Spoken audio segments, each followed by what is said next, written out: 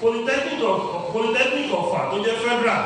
àti edtech tó fún wọn ìbàdàn àwọn ọlọ́ navy tí ọmọ afọláyàn tó jọmọ ní ìgbé wá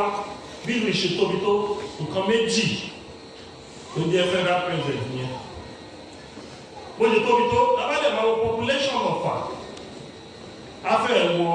500 to 600 gbogbo concentration Ìlọrin lóòótọ́ Ìlọrin ilẹ̀ Yorùbá náà ní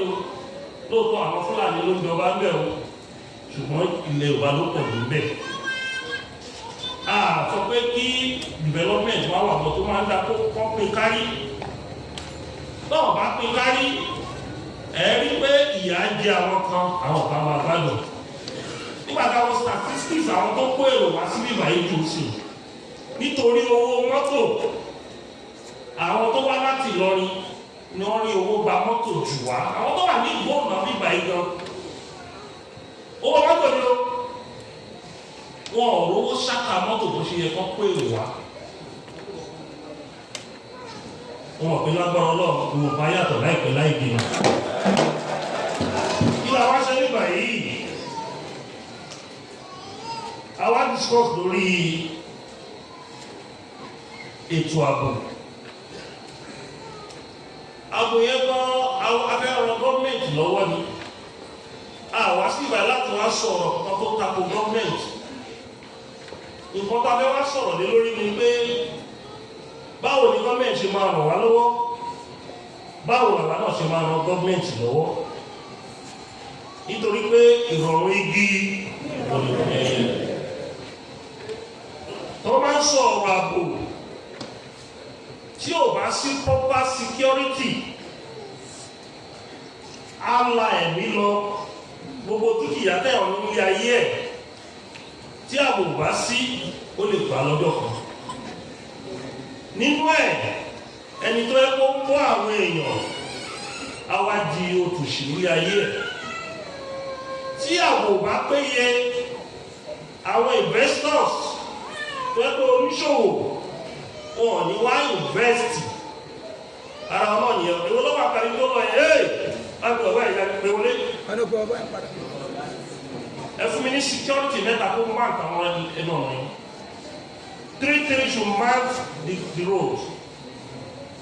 indiscipline nǹkan tá a pè ní indiscipline pàtẹ́pẹ́ ìgbàlú ẹ̀kọ́ ìrí ẹ̀rìn mọ́ yìí ẹ̀yà múnibúni yìí 3 security to mark the 2 gates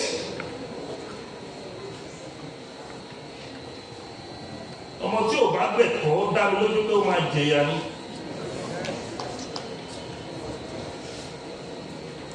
wọ́n bẹ̀rẹ̀ rìn lọ wọ́n rìn bọ̀ bí ìjà lọ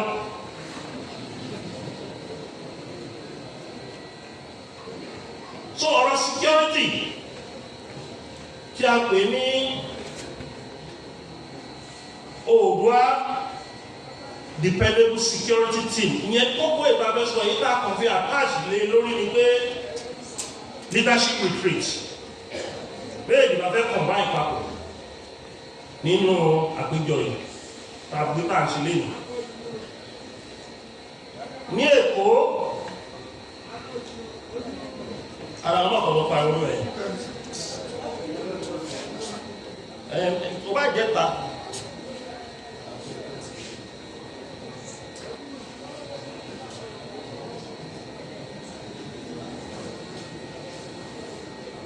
adìbẹ̀rù conference yìí àti ṣe lẹ́kọ̀ọ́ àwọn nígbàtà máa wo list wa lẹ́kọ̀ọ́ it's about 5,000 dependable team on security eléyìí tí yàtọ̀ sí àwọn department ta ní nínú ẹgbẹ́ we have about 16 departments in the organization rídì bàbá fi dẹ́lẹ̀ ilẹ̀ pé àwọn kan wà nínú àwọn tẹ́ pé wọ́n wà nínú ẹgbẹ́ wa tí wọ́n tẹ̀fẹ́ wọ uniform rárá tó lẹ̀ pé jagunjagun ni wọ́n adẹ̀ ní ìdí wọn ọ̀nà wọn la fẹ́ fi incorporate wọn fún security wa àti security ilẹ̀ Yorùbá àti security agbègbè wọn Africa create Oòduà Dependable security team. Níṣẹ́ tó wọ̀ lọ́wọ́ láti gbọ́ra uniform. Ó lè pe alágbára ni wọ́n nínú OPC. Àwọn obìnrin ní ìwà pé ọkùnrin bí obìnrin ni wọ́n ní oògùn wọ́n lè wáyé. Gbogbo wọn la gbọ́dọ̀ incorporate sí nǹkan tá a ṣe. Ọ̀rọ̀ tó wà lẹ̀ yìí agbọ́dọ̀ jókòó ká bára wa sọ ní látọrí ní a máa pé 100 per each local government. Tí a bá ti bá ń sọ̀rọ̀ ìtọ́sí àwọn máa kà yín, àwọn local government tí 100 ti pé àti local government tí 100 ti pé. Local government tí 100 ti ò bá ti pé a fún ní 2 months tó fi raise 100 ti. Torí kì í ṣe gbogbo wa lálábì iṣẹ́. Àwọn míì they are very lazy on mobilization. Ẹlòmíì ti gba kọ́mẹ́tọ̀ pọ̀ ògùn ní òṣìṣẹ́ lé lórí. Mo forúkọ bá bo local government wọn láṣìírí lánàá. Nígbà tí à ń sọ̀rọ̀ bí èrò ṣe pọ̀ tó local government yẹn, ó sọ fún wa pé ó mà ní 300 members ní nílùú yìí. A ṣẹ̀ wá sọ fún kọ́mẹ́tọ̀. Ìlú ìlóbi lọ fọ́ sí mẹ́ta. Oníkọ̀ọ́dá nípa náà ọ̀fà yìí náà ni lọ fọ́ sí mẹ́ta. Fún wọn ní 3 coordinator ní Ọ̀fà. Wọ́n á fún ní ilé òmọ actual figure population Ọ̀fà. But a bá wo bí Ọ̀fà ṣe rí, the population of Ọ̀fà will be less than 400 to 500,000. A committee of 400 to 500,000. Ó kéré jù, ó yẹ kán ní tí local government coordinator yẹn bá ṣiṣẹ́ dáadáa. Tí àlùbáríkà bá bá rìn, ó yẹ kó ní 1,000 to 2,000 members of the OPC. Torí nǹkan tí OPC fi wúlò fún ìlú, ó yẹ kó jẹ́ kó yé àwọn ará ìlú yẹn. Ṣé ọ̀rọ̀ pé ká bá wọn promote caution ni? Àbí ọ̀rọ̀ ká bá wọn hold security kan bá pè wá sí? Àbí ọ̀rọ̀ tó bá ń pè community service with our strength and our cooperation? Tó bá ń pè Ọ̀fà ní OPC tó wọ 2,000 to 3,000 ní ìjàkadì owó Ọ̀fà tí wọ́n ń ṣe ìjàkadì festival. Tí mẹ́bàá bá yìí jẹ́ ti 3,000 sílẹ̀ fún ará ìlú crowd yà wá kí invite àwọn OPC míì, àwọn Ọ̀fà lè gba àlejò not less than 10,000 crowd. Wọ́n nígbà tẹ́ pé àwọn tó ń ṣẹgbẹ́ nílùú lálùbáríkà, báwo wọ́n ṣe fẹ́ pè wọ́n lálùbáríkà wọlé? Ènìyàn ní mú ní mọ̀ ènìyàn. Wọ́n ní tí orí kan bá sú ọ̀ àrùn ọ̀bá. Èyí kọ̀nẹ́tọ̀ ní kọ́lá gidi pẹ́pẹ́ o, èyí pòfẹ́sọ̀ ìmọ̀gígẹ̀ yìí o. Èyí tó jẹ́ tí wọ́n bá sí kọ̀nẹ́tọ̀ ẹ̀ náà ti ń bá sọ láti bí 3-4 years olóyìn sí kò ṣe. O ṣe ní ara ẹ̀ ló ṣe. O ti wá láti Ọ̀fà. O wá láti Ọ̀fà, o ní strength. Wọ́n ní ilé láti ń kó ẹ̀ṣọ́ ròde. Nígbà tó bèrè owó táwọn èèyàn dá, even local government tó ti wá bò tí ìgbà owó yẹn. Ìlọrin náà wọ́n lẹ́sẹ̀ ń pè, Ìlọrin ti ń perform ju local government yẹn lọ. Ojú gbọ́dọ̀ gbà wá sí o, pẹ̀lú ọkọ̀ tá à ń ṣe o. Nígbà tí I'm from Ondo State, nígbà tí mo rí pé àwọn tó máa ń du OPC Ondo State ọ̀fẹ́ mo láti gbé ẹnìkan dìde láti National Coordinating Council. Ìkọ̀sọ́nà ní sí partnership.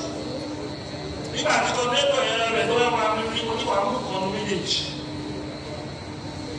Àìdá tó gba àṣẹ ní bá pa ọkọ̀ òwúrọ̀ àṣírí. Eré ló pé within 6 months ó kò lórí system. Gbogbo ibi tí OPC ò wá sínú Ondo State lẹ́nìí ní ká gbé lọ. Ká gbé lọ síbẹ̀ OPC ní pàtó ọ̀hún bẹ́ẹ̀. Sílẹ̀ fẹ́ sọ nídà, adára ń ta má dára ní. kì í sọ̀rọ̀ OPC leader nìkan à ń sọ̀rọ̀ Ààrẹ Onakakanfo gbogbo ilẹ̀ Yorùbá.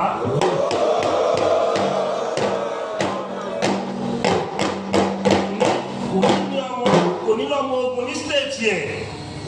kò ní lọ́mọ ogun lù ẹ̀. So mo bẹ̀ gbogbo ẹ̀yin tẹ́ jẹ́ leaders wa, ẹ lọ ṣiṣẹ́, ẹ bá ní ọ̀sán ti Kwara, ẹ lọ sí ní àbáyọ, ìjọba ẹ̀ sọ ọdún fẹ́ sọ. 26, 27, 28, 29, 30. Ẹni tó bá mọ ayé ibi ò ní pa ayé la wà yìí o. Ẹni tó bá mọ ayé tó dẹ̀ mọ̀ bọ́ ṣe ń sà nínú ayé bí ò tẹ̀ lówó rẹpẹtẹ àṣírí ààbò. Ọkọ̀ ní ọ̀bì mo ní ẹ̀tẹ̀ ẹ̀mí jẹ́ ká wá ìwọ̀n mélòó ló ní ló tẹ Ifá ní Kwara State. Ẹ̀yàn mélòó ló tẹ Ifá ní Kwara State. Ọ̀pọ̀lọpọ̀ yín lè rò pé ẹ̀mọ́ lọ́wọ́ pé ayé ló ń ṣe yín, tí ẹ rò pé ìyá ọ̀kan ló ń bá yín jà.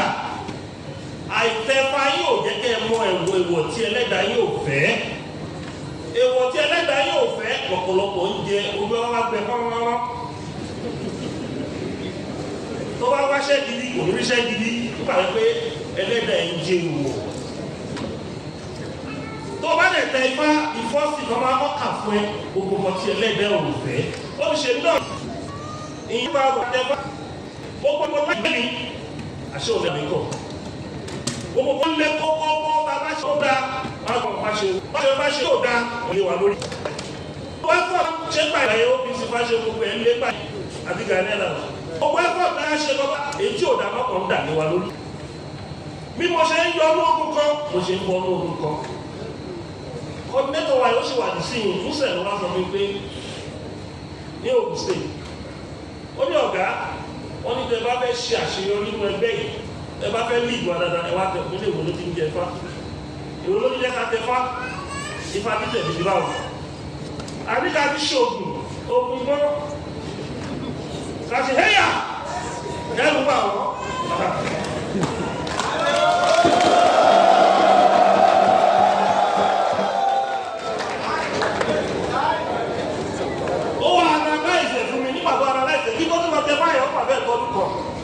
Nígbà tí ọkàn mi á máa sọ sí pé ṣé wà ní kí lọ sí lọ́kọ̀ pàtó náà wá bomi láṣìírí díẹ̀ mo wá lọ tẹ fáì fún 3 days kan ní ó máa ń dàbí pé ọ̀fẹ́ ìjọba ní tó bá tán tẹ fáì dáadáa wọ́n á ní ìyà tẹ́yàn máa ń jẹ ní kóòtù ló máa jẹ níbi Ifá wọ́n á tẹ̀ mọ́lẹ̀ àwọn babaláwo wọ́n á ní irú ìyàwó ni máa yẹ wá fún mi jẹ the irony of it ní kẹtọ́ mo tẹ fáì tán bí ṣòro ṣe lé yìí mo tẹ báyìí tán làwọn kan dáhùn sí mi lọ́rùn ní Ṣómólú wọ́n di kílẹ̀ ní wọ́n tẹ̀ ó wá ní ẹwà ò jẹ́ kí n ṣe fátìmọ̀ lọ tẹ̀ ló kó bàbá bàbá àṣé òkìkí mi fẹ́ tàn mí àṣé ìràwọ̀ mi fẹ́ tàn mí. ìṣòro ni mo pè é nǹkan tó yẹ kó gba àgbáyé kọ́kọ́ mọ orúkọ mi nìyẹn wọ́n wá ní kọ́ lọ gbé Ifá yẹn wá dá Ifá yẹn wọ́n wá ní kọ́ lọ Ifá yẹn kọ́ lọ gbé ètùtù kan wọ́n ní kọ́ lọ bọ Ifá mi lórí òkè pé orúkọ mi fẹ́ lọ sókè wọ́n bọ Ifá yẹn lórí òkè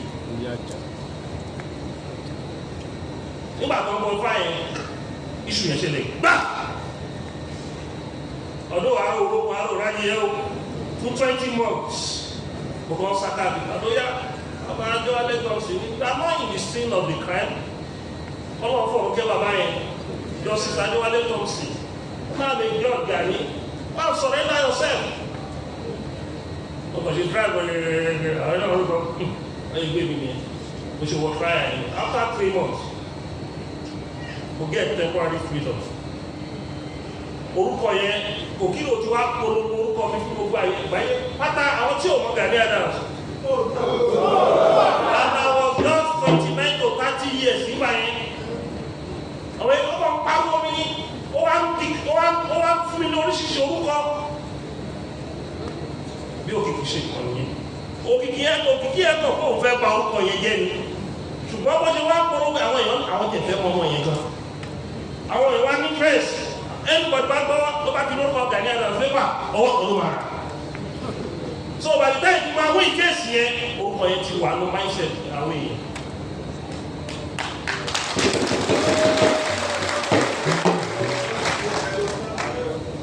but ẹ̀yin ní Kwara State ẹ̀ bá gbọ́ ọ̀nà yẹn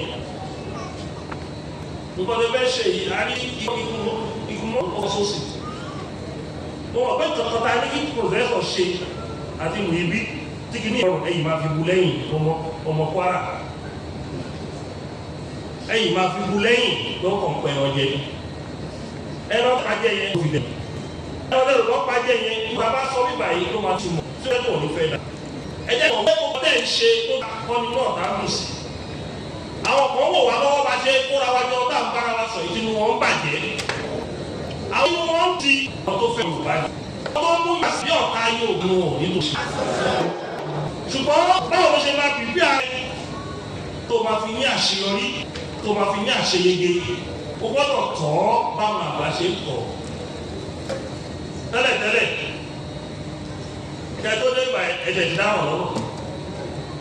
báwọn èèyàn wa bí wọ́n ṣe bá wa jà tó yẹ wọ́n ti fẹ́ ìkọ́lẹ̀ sọ̀rọ̀ fún yín ṣùgbọ́n gbogbo ẹ̀ ṣẹlẹ̀ lórí ìsìn ẹ tó bá lóun fẹ́ ṣe irú ẹ̀ orí ara ẹ̀ ló máa dà sí.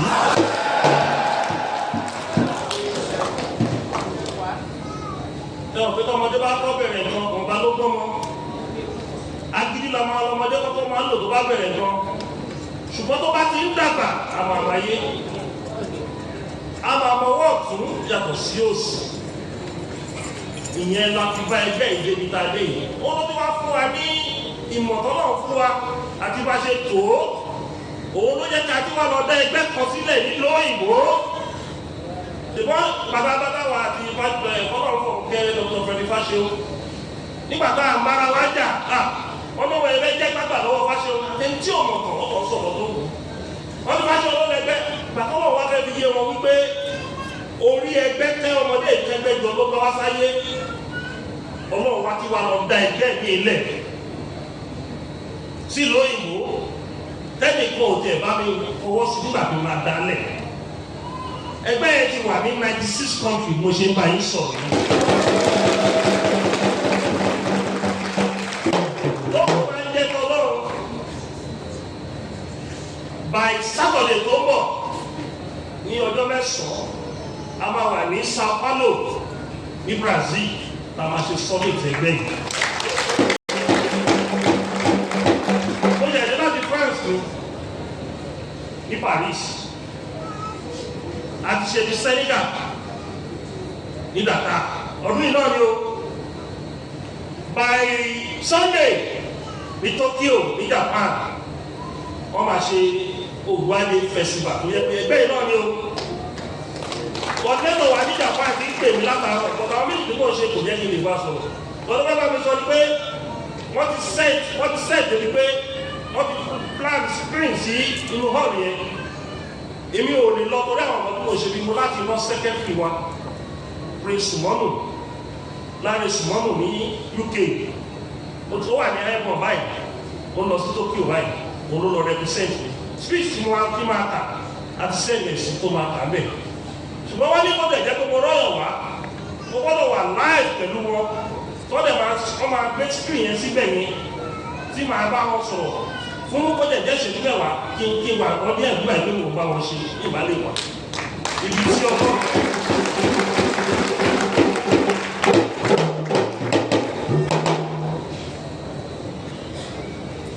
bẹ́ẹ̀ náà ni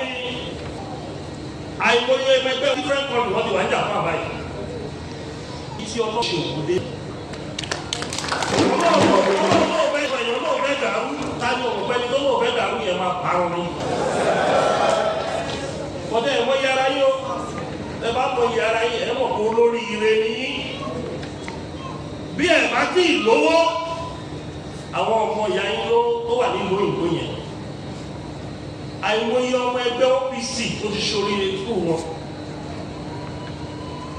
wọ́n bá lọ́pọ̀ ọ̀dọ́ nípa OPC lọ́kà ló ń ṣe ó dé nígbà ẹ̀wọ́n dẹ̀ ń fi káàkiri bí ìdánù tó kàn ń wò wọ́n lọ́ọ̀kan bí tẹ́mi jókòó sí ara ẹ̀ ò dé balẹ̀ lórí pé bí bá jókòó sí iṣẹ́ rò pé mi nìkan mo jókòó sí pé ó lè ka irú mọ̀lẹ̀ tó wà nínú bíbá ìfún yín oye owó iye irú mọ̀lẹ̀ ó ń bẹ̀mí gan ṣiṣẹ́ fún ara mi pẹ́pẹ́ àìmọye ìṣòro tí ẹlòmíì gbé wọn nígbà tí ò ní gbé jáde kó bíbá yìí. abẹ́rù kó orin tí onílù yẹn kọ yẹn tó fi kí Oòduà yẹn ẹrù kó Oòduà ò ti ní wọ́n bí tí Oòduà bá máa wọ bí àwọn ọ̀kọ̀lẹ́ nípa rúmọlẹ̀ máa tẹ̀lé bẹ́ẹ̀ ni àwọn rúmọlẹ̀ míì náà á ti tẹ̀lé wípé wọ́n yẹ fún mi yẹn kì í tó dẹ̀ wọ̀ pé ẹgbẹ́ òun ló ń ṣe nǹkan ẹ̀wọ̀ èèyàn tó ti bless lórí ìjókòó bí báyìí. orí gbogbo ọmọdé yìí kò ń wò ẹ máa wò ordinarily ìbọ̀dọ̀ ẹgbẹ́ ṣọ́ọ̀ṣì nìkan lẹ́ máa lọ́ba ẹ rò pé Holy Spirit ibẹ̀ sí. tí ẹ bá lọ sí mosque tó bá sọ àlùkòrá nílẹ̀ ẹ rò pé bẹ́ẹ̀ nìkan Holy Spirit bí sí. ẹni tó bá mọ Holy Spirit ń pè nílànà tiẹ̀ ó wà pẹ̀lú ẹ̀ gbọ́nká tó bá ṣe mọ̀ ń pè ní ẹ̀. àwọn ọmọ náà fi ń pè wọn àti ṣe síwájú tó yẹ pé àwọn tó jẹ ń bẹ̀ àwọn náà gbọ́dọ̀ wá wá bless wa nítorí pé wọ́n ti jẹ ń bẹ̀ nígbà tá a ti bẹ̀rẹ̀ wọ́n gbọ́dọ̀ wá ní torí àti mọ̀wọ́ wẹ̀. ṣùgbọ́n ẹ̀ ń wo ìpàdé ìgbà pé ọ̀gá tó pè wá ẹja lọ lọ́gàá. ìwọ̀n ìgbà tí mo sọ̀rọ̀ lọ́pọ̀lọpọ̀ wọlé ìgbà táwọn olókùn sọ̀rọ̀ àwọn mi kàn jáde. Discipline ó wà very very important fún any organization. bí organization bá pọ̀ bí ewé rúmọ̀ bí ò bá ní discipline òfo ni. wọ́n á bẹ̀ yìí nǹkan tá a pè é fún yìí is a structure on its own within OPC. nítorí security ilẹ̀ Yorùbá ni wọ́n ní ọlọ́gbọ́n ènìyàn ó máa ń kọ́ mí ìgbẹ́. ọ̀dọ̀ máa fi wé àwọn ọ̀tá máa fi yá àwọn akọ́ ti wọ Yorùbá torí ọ̀tá ti wọlé Yorùbá wọ́n fẹ́ gba ilẹ̀ wa. ọ̀tá ti wọ àwọn ilẹ̀ wa kan tí ọ̀rọ̀ àdúgbò ní wà táwọn ọgbọ́n ò mọ̀. wọ́n ní gbogbo copy file ní Ministry of Solid Mineral ní Nàìjíríà. kọ̀mìtì góòdù wà gbalẹ̀ wọ́n ti dáwọ́ ìgbà ọ̀dùnlé dáwọ́ ọ̀gbọ́n ò mọ̀. wọn ọ̀dẹ̀ fàṣírí ẹ̀wọ̀n ọba ìlú yìí. ara àkọ́tọ́ tájẹ̀tì yẹn wọ́n dẹ̀ ọ̀fà ní good vegetation ewé tẹ́gbẹ́ tó jò bá ti lọ sí ọwọ́ kan ló máa wò tí màálù wọn fẹ́ jẹ wọ́n fẹ́ gba ilẹ̀ wa wọ́n máa kí màálù ìbá jẹ kó lọ́fẹ̀ẹ́ lófò. gbọ́dọ̀ máa múra gbogbo ìgbà gbọ́dọ̀ máa gbára yìí nínú àwọn ìkẹtẹ́ ìdá yẹn bí kẹ́lẹ́ tẹ̀lé bá lè jẹ ìtúmọ̀lẹ̀ wọn. èyí tí ò ní private jet tó máa lọ àwọn ti passport lọ́wọ́ ẹlòmíì dualism ní ọ̀pọ̀lọpọ̀ àti fún wa bíbu àwọn ọmọ dualism ní wọn ní Nàìjíríà sí wọn wà alábàjẹ́ lẹ́wọ̀n torí pé wọ́n rí allocation gbà òun ẹni tó fi wá pẹ́lá tó fẹ́ jẹun tó bá dá páwó ẹlòmíì tó wò dé ní passport ní tó ní lórí tó wà lọ ẹlòmíì tó ní passport gan ẹtí lọ síbẹ̀ lè nǹkan bí ìlú láyé ẹ̀ so báwo lẹ̀ ṣe ní pìpì ara yín tí ìbádùn yìí bá dé iṣẹ́ ìlú làwa ṣe yí báyìí nǹkan tá a pè yín fún yìnyín adájọ́ yín náà wà ní ìsàlẹ̀ Ọya àwọn òsínlókè Ọya ó wọ́n lọ categorize yìí sí North Central wọ́n ṣe tí wọ́n ní o Ọlọ́run á ṣe tí o.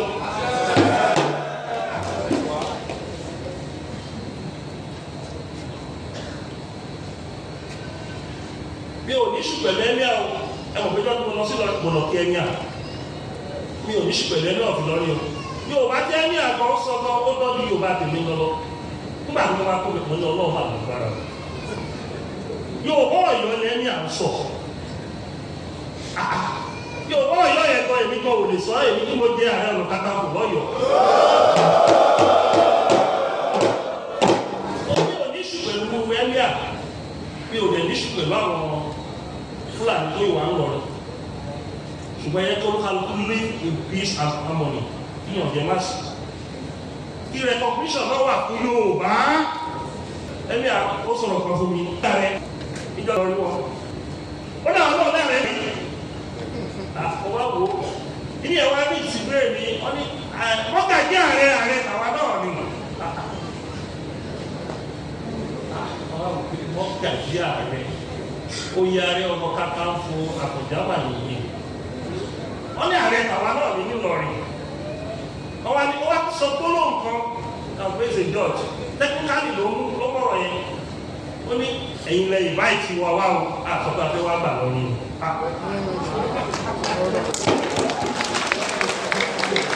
òde òfẹ́ ni mo rọ lóòótọ́ ni lápapọ̀ lè fún ìlú wọ́n yẹ kí wọ́n fẹ́ ṣùgbọ́n ètò mi gbé ẹ jẹ́ kí a múra tí gbogbo ibi tá a bá wà àníkẹ́ lọ fíràn o àdúgbò akọ́ Dependable force jọ kẹlọ máa bá Fúlàní jà tí ò bá dà ní irú o torí lọ́dọ̀ ní ìbàyí in many communities àwọn Fúlàní kan ti wà wọ́n ti wà bẹ́ẹ̀ for more than 100 years wọ́n dẹ̀ live in peace and harmony. ìran tí ò bá gbà àlejò sínú ìlú ẹ̀ ìran yìí ò lè lálùbáríkà o ìran tó bá ní restrict kí àlejò má bá òun ṣe àlùbáríkà ò lè wọ ìlú yẹn o bí o ní kẹ́ lọ máa bá àwọn Fúlàní tó ń ṣe legitimate business wọn jà bí o ní kẹ́ lọ máa bá àwọn Fúlàní tí ò jí Yorùbá gbé bí o ní kẹ́ lọ máa bá àwọn Fúlàní tí ò fi màálù jẹ oko yín bí o ní kẹ́ lọ máa bá Fúlàní jẹ́gbẹ́ tí ò threaten peace ní ọ̀pọ̀ tí mo sọ fún yín ni pé ẹ wà fún self defence ìdájọ́ ìbádé self defence is one of the important laws in heaven. Self-defense, even in the Constitution of Federal Republic of Nigeria. Tí ẹ̀yọ́ bá gbé bọ̀ wá ka ẹlé ka ẹ̀mọ́lé tó wáyé pé ìkànnì ló lè fi pa òfin kan lọ pa. That's the meaning of self-defense. Ìṣèpẹ́ bọ̀ lọ ká ẹni lẹ́gbẹ́ kò ṣẹ́ Ọlọ́run bá bínú sí ọ. Ìṣèpẹ́ bọ̀ lọ yàgbá ẹni tí ò ṣẹ́. Ìṣèpẹ́ bọ̀ máa lọ́lé kò lọ yàgbá wọn nígbà ọdún ìwé ọ. Wọ́n bá wù àṣẹ wọ̀ wọ́n sọ ta bàbá báyìí ẹ máa lọ jẹ́jẹ́ yóò dẹ̀ bá rí iṣu ẹ àbọ̀ ìdẹ̀ ẹ̀yin ò lè máa gba ìsúre bọ̀ nílé kó lọ fìjà parí ẹ̀ ìsúre yẹn á fẹ́ kó lórí ẹ̀ ẹ má gbé ìpẹ́sọ̀ tó wá ṣe kan ní Kwara wọ́n yẹ ṣe kan Kwara ìdáṣẹlẹ̀ ẹ má ṣe ìgbà míì a fi fìlà pé iye ọjọ́ kan lónìí so mo bẹ̀yìn ní Kwara State iṣẹ́ wà lọ́wọ́ láti ṣe one mobilization yóò tó wọ́n mọ̀ pé economy Nàìjíríà ò dábàá yìí ibùkún ó affect mobilization wà fáwọn starting festival ní Yorùbá là owó mọ́tò bẹ́ẹ̀ wọ́n bẹ́ẹ̀ gbé mọ́tò sí nígbà tí ìlú ìbí ni ẹ máa dé ní aago mẹ́sàn-án nínú bàbá ńlá ẹ̀ lọ́dún pa ó sì lápẹ́ ó ní aago mẹ́sàn-án ní ìwé ìdè olú máa yọ máa tọrẹ àkọ́kọ́ ó ní aago mẹ́wàá wà nílé ó ní aago kan sí aago méjì àríyá ó ní aago kan sí aago méjì sí mẹ́ta lọ́wọ́ àwọn olóbi ọmọ rẹ̀ ó ní wá ti tájẹ̀tì pé nǹkan méjì làwọn fẹ́ ṣe àwọn fẹ́ ṣe Ọya festival wá ti gba mọ́tò tẹ́ pé bí ọ̀sán ọ̀la mọ́tò máa rìlíìsì onímọ́tò áfèdè wọn máa lọ tájẹ̀tì àbí mo parọ́ ni.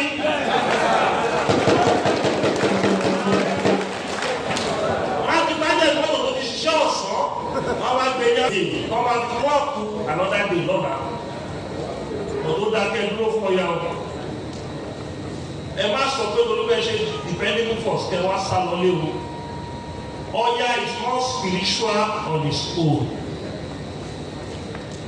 lára àwọn tó gbé mi débi tí mo dé yìí festival ni o ẹ kàn lè máa wò pé àṣẹ ẹ kàn kóra yín lọ wọ́n ṣe kíní kan ó ní a lot of spiritual gain ó dẹ̀ ní a lot of spiritual defence.